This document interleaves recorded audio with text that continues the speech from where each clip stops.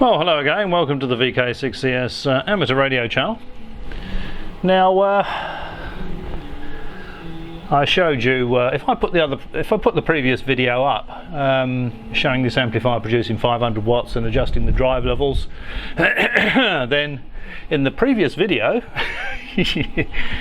you would have seen this amplifier producing about 500 watts. So if we go back here, there we go, it's 500 watts for 50 watts input. And we think that's all fine and dandy.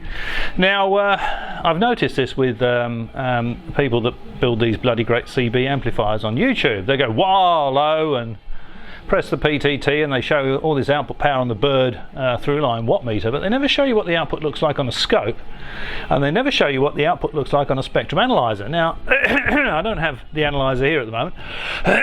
Oh, God! What I do have is an oscilloscope. It's quite an old one, but I've looked at the input, I've looked at the output from the drive radio rather, and it's as clean as a whistle. It's a beautiful sine wave. Now I'll just show you what I showed you in the previous video. Press the PTT, there you go, 500 watts, lovely, until you see this.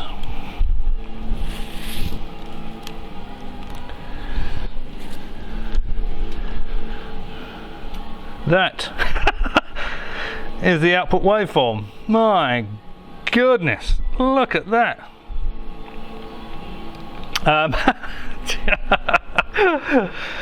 That is not a very nice waveform. Not a very nice waveform at all. So I'll just notice how the PTT pressed for a lot more than 3 seconds there. So you know, when you see these guys demonstrating these big high power amps on YouTube, you might want to leave them a comment and saying, can you stick it on a scope? Can we see what the output looks like? There we go, it's 500 watts, all looks fine and dandy. You know, if I put it in a different mode, if I just change the mode to lower sideband, go to here.